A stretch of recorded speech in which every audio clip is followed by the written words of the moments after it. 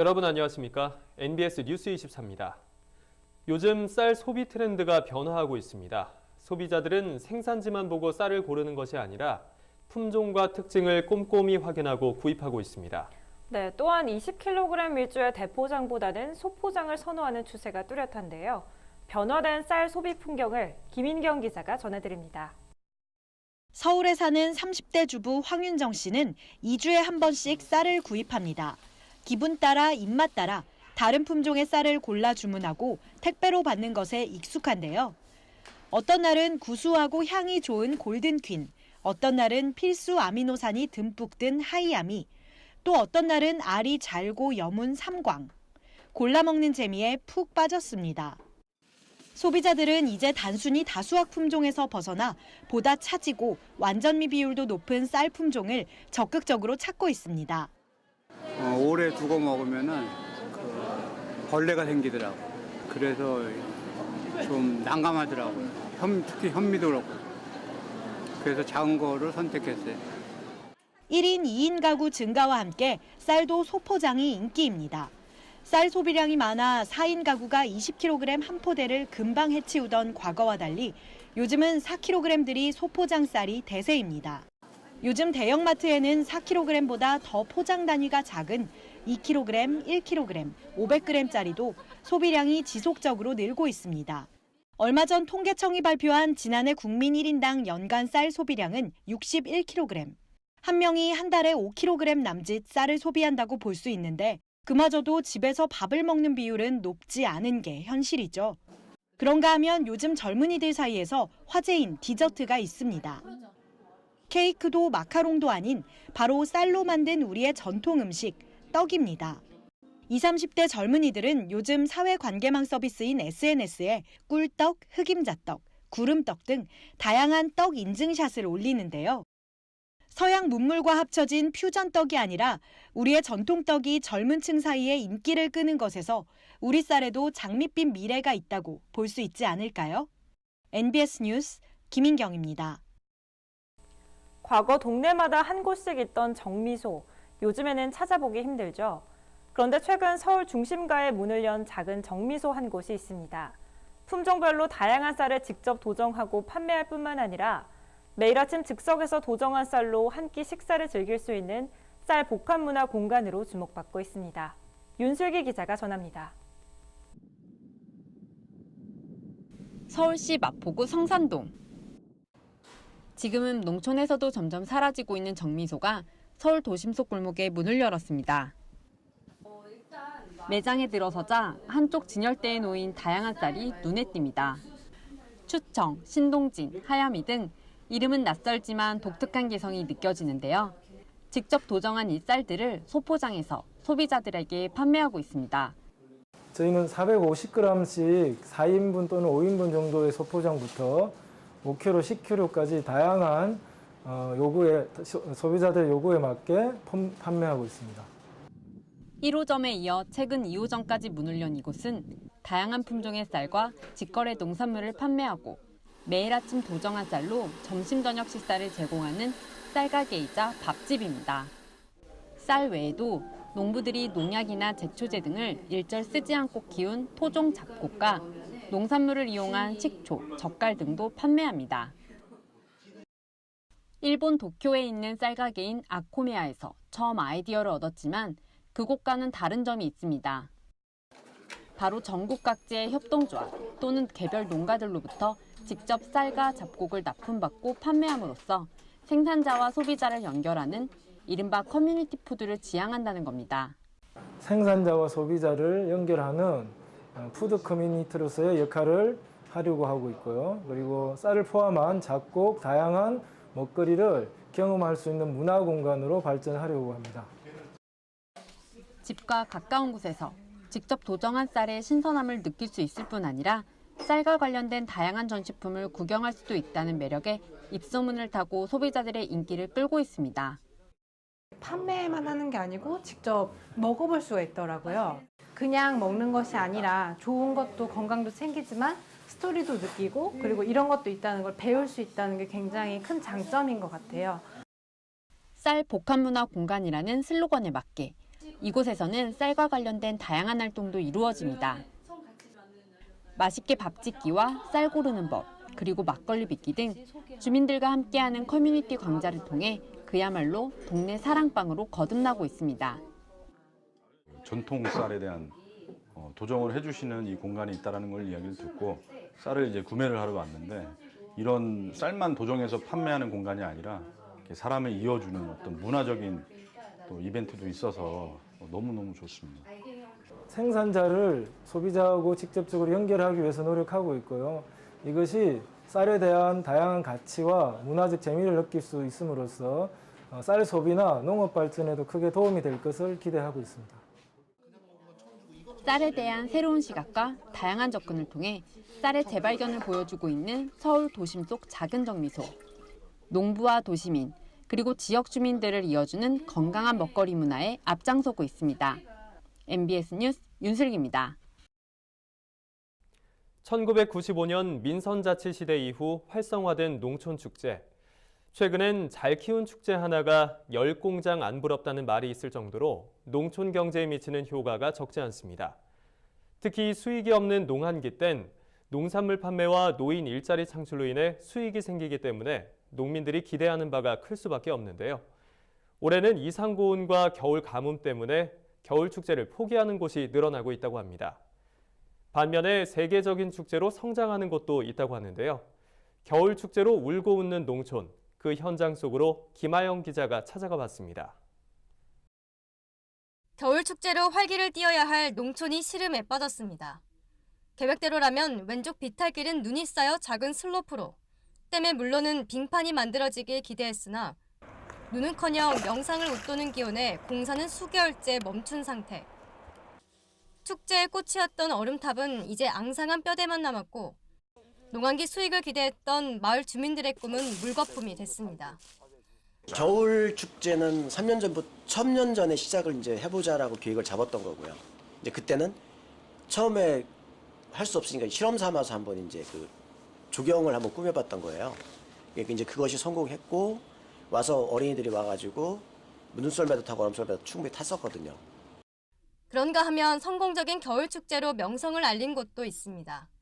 최전방 접경 지역의 혹한이 만든 얼어붙은 화천천은 매 겨울마다 산천어 손맛을 보려는 관광객들로 인산인해를 이룹니다. 특히 축제장 한편에 자리 잡은 지역 로컬 마켓에는 관광객의 발길이 끊이지 않고 있습니다. 올해 산천어 축제 방문객 수는 역대 최대치인 180만 명. 지역 특산물 판매 수익도 12억 원을 넘었습니다.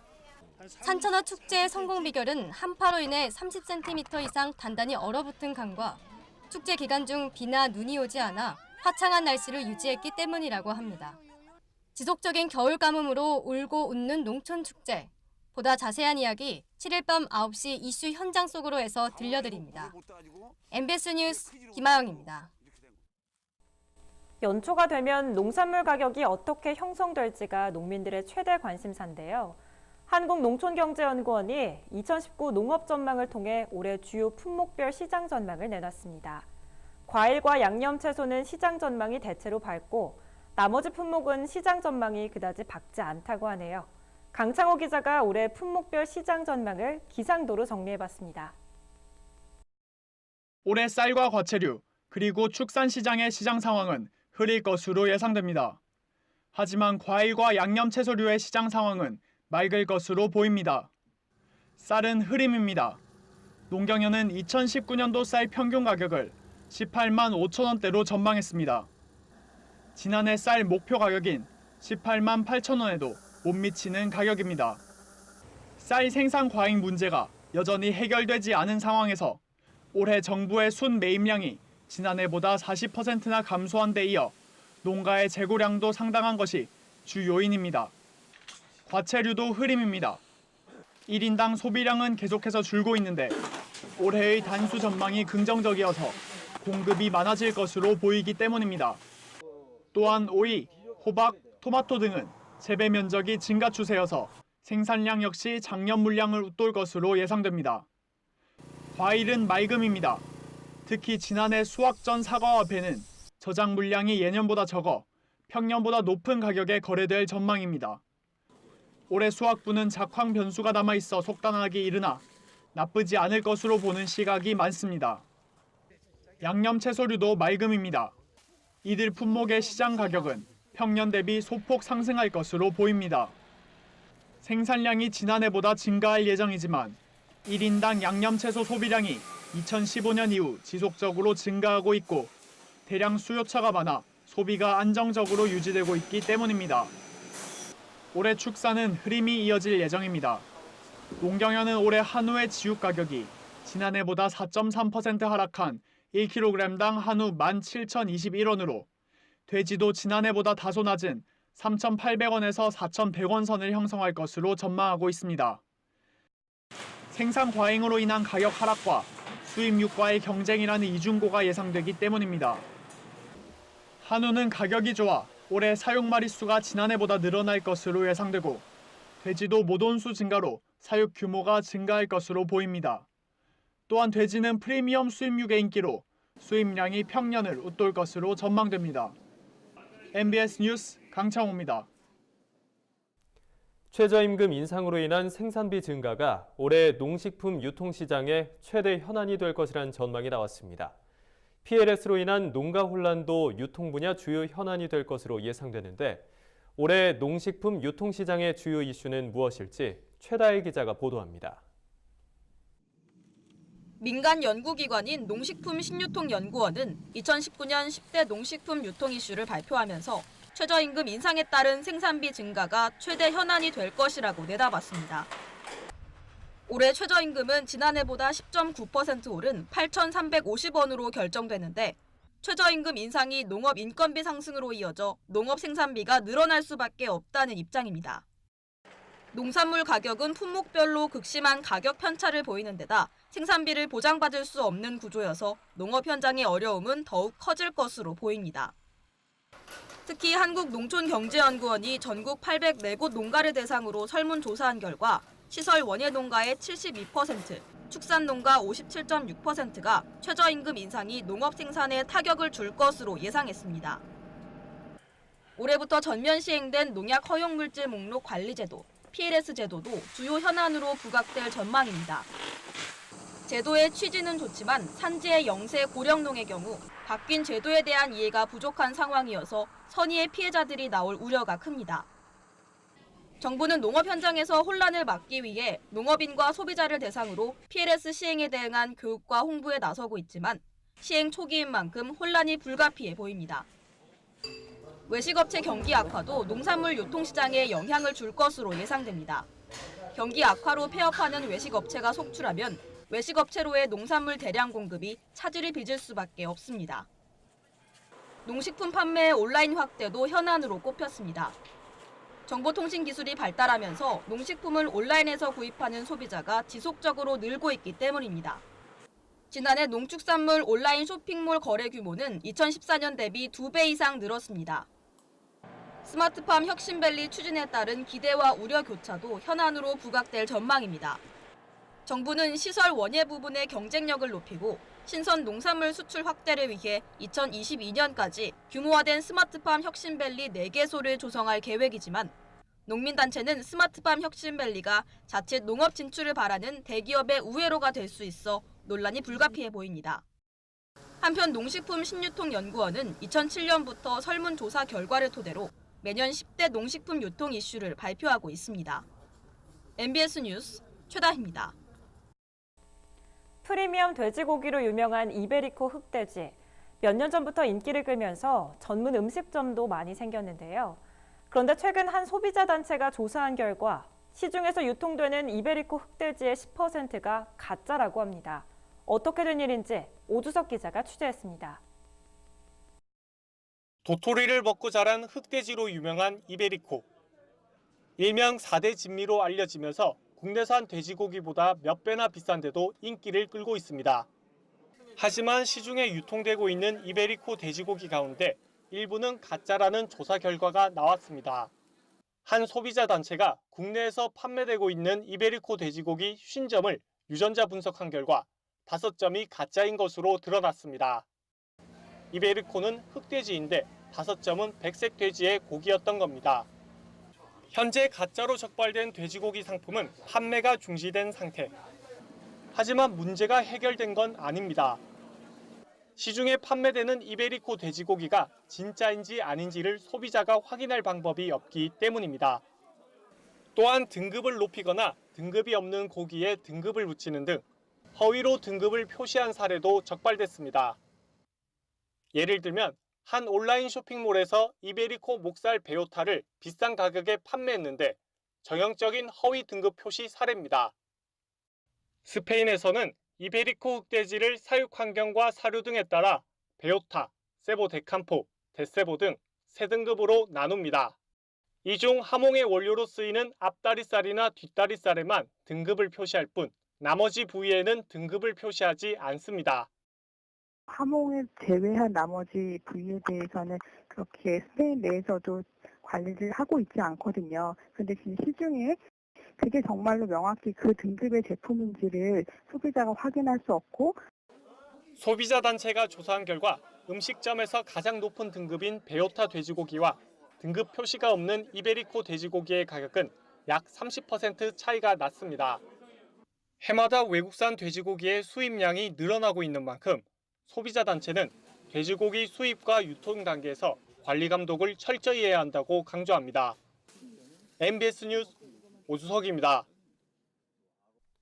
농업농촌에서 여성 농민의 비중과 중요성이 갈수록 높아지고 있습니다. 이러한 여성 농민을 육성하는 데 정부가 올해 국비와 지방비를 합쳐 8,958억 원을 투자하겠다고 밝혔습니다. 농업 분야의 여성 전문 인력을 양성하고 여성 농민의 삶의 질을 높이기 위해 올해 8,958억 원이 투입됩니다. 농림축산식품부는 최근 이러한 내용이 포함된 2019년 여성농업인 육성계획을 수립해 시행한다고 밝혔습니다. 우선 여성 농민의 정책 참여를 확대하기 위해 농식품부와 지자체가 운영 중인 정책위원회의 여성 비율을 40% 이상으로 유지하기로 했습니다. 여성조합원이 전체의 30% 이상인 지역농협은 여성이사를 의무적으로 선출하도록 하고 지역농협의 여성조합원 비율과 여성임원 비율도 확대한다는 방침입니다. 여성농민의 직업 역량 교육도 강화합니다. 여성농민의 교육도우미 지원 활성화를 목적으로 인정교육기관을 확대하고 여성농민의 경영능력 향상을 위한 농촌 융복합 비즈니스, 여성 농식품 유통 리더십 양성 과정을 신규로 개설합니다. 보육시설이 없는 읍면 지역에 설치하는 농촌 공동 아이돌봄 센터를 지난해 695곳에서 올해 718곳으로 늘리고 보육 여건이 어려운 농촌 마을을 직접 방문하는 이동식 놀이교실 등 맞춤형 보육 지원도 실시됩니다. 여성 농민의 지역개발 참여 기회도 높입니다. 농촌 현장 포럼을 지속 운영해 여성 농민들이 마을 발전 계획 수립과 사업에 참여할 수 있도록 하고 농촌 공동체 회사, 사회적 농업 사업자 선정 때 여성 농민을 우대합니다. 그리고 이미 우리 농촌의 주요한 구성원인 다문화 여성도 농업 주체로 양성합니다. 다문화 여성 후견인을 지난해 500명에서 올해 1,000명으로 늘리고 다문화 가족 구성원 간 이해 증진 교육 프로그램도 운영해 결혼 이민 여성의 농촌 정착을 적극 도울 계획입니다. 다음은 지역 뉴스입니다. 강원 원주시가 2월 1일부터 풍수해보험 가입자에게 보험료를 추가 지원하기로 했습니다. 원주시는 가입자의 경제적 부담을 줄이기 위해 보험료 본인 부담금의 60%를 추가 지원해 총 보험료의 82%까지 지원합니다. 또한 기초생활수급자와 차상위 계층은 최대 92%까지 지원이 가능해 가입 부담이 없으며 보험 가입 후 피해가 발생하면 시설복구 기준액 기준 최대 90%까지 보상됩니다. 전남 해남군이 농기계 임대사업소 신규 설치를 위한 국비를 확보했습니다. 해남군은 농기계 임대사업소 북부분소 설치를 위한 국비 6억 원을 확보해 올해 개소를 목표로 추진하고 있습니다. 사업비 17억 원이 투입되는 북부분소는 사무실과 농기계 보관창고 등의 시설을 갖추고 트랙터 부속 작업기 등 95대의 임대 농기계를 구입해 운영할 계획입니다. 경북 안동시 농업기술센터가 전문 농업인 양성에 총력을 기울이고 있습니다. 귀농귀촌에 관심 있는 사람을 대상으로 오는 3월부터 총 24회 과정의 신규 농업인 기술교육을 시행합니다. 또한 안동시에서 사과나 자두를 재배하고 있거나 재배하고자 하는 사람을 대상으로는 제12기 안동시 농업대학 교육생을 모집합니다. 두 과정 모두 교육비와 실습비가 무료이며 기술센터 내 각종 교육시설을 활용할 수 있습니다. 경남 김해에서 생산되는 농산물이 서울의 급식 재료로 사용됩니다. 김해시 학교급식센터가 올해 서울시 영등포구와 송파구, 동대문구의 공공급식업체로 선정됐습니다. 현재 서울시는 충남과 전북 등 10개 자치단체 농산물을 공공급식 식재료로 사용하고 있으며 영남권에서 선정된 지자체는 김해가 처음입니다. 농업에 관한 어려운 용어나 개념을 알기 쉽게 풀어드리는 풀어쓴 농업백과 시간입니다. 명절이 더 좋은 이유, 우리나라 전통의 한식을 제대로 맛볼 수 있기 때문인데요. 서구화된 식단으로 인해 평소에 잊고 지냈던 한식의 가치, 오늘 이 시간에 다시 짚어보겠습니다. 전 세계에서 가장 인기 있는 한국 문화 콘텐츠가 무엇인지 아시나요? 놀랍게도 대중가요나 패션, 미용, 영화와 드라마가 아닌 우리나라 고유의 음식, 한식입니다. 전 세계적으로 인기를 끌고 있는 한식, 그 매력과 가치는 무엇일까요? 우주를 담은 밥상이라고 불리는 한식은 다양한 식재료와 조리법을 자랑하는데요. 밥과 국을 포함한 주식류만 350가지, 그리고 반찬을 뜻하는 부식도 무려 1,500가지가 넘습니다. 사계절 내내 제철에 나는 자연 재료로 찌거나 데쳐서 기름기 없이 조리하는 음식이 많고 김치, 그리고 장류와 같은 발효 음식이 많아 영양학적으로도 우수하다는 평가를 받고 있는데요. 세계보건기구는 한식을 영양적으로 균형을 갖춘 모범식으로 선정하기도 했습니다. 실제로 한식은 비만과 당뇨, 고혈압, 대장암 같은 성인병 예방에 도움이 된다는 연구 결과가 속속 소개되고 있습니다. 약식 동원이라는 말처럼 약이 되는 밥상으로 한식의 가치가 새롭게 조명되고 있는 거죠. 더불어 우리나라 고유의 지역색이 담긴 향토 음식은 단순한 식단이 아닌 하나의 문화 자원으로도 그 가치를 인정받고 있습니다. 2013년 김치와 김장 문화가 유네스코의 인류 무형문화유산에 등재된 데 이어 우리나라의 장문화를 비롯한 한식의 등재 역시 추진 중입니다. 최근에는 SNS를 통해 매운 한국 음식 먹기에 도전하는 동영상들이 크게 인기를 끌면서 우리나라의 간편 가정식 매출이 급증하는 등 동남아시아를 중심으로 K푸드 열풍까지 불고 있습니다. K푸드 열풍을 타고 한식의 가치가 전 세계에 알려질수록 우리의 농식품도 더 많이 수출될 거란 기대를 낳고 있는데요. 그동안 입맛이 서구화됐다면 오늘부터 한식으로 맛과 건강을 챙겨보는 건 어떨까요? 지금까지 풀어쓴 농업백과였습니다.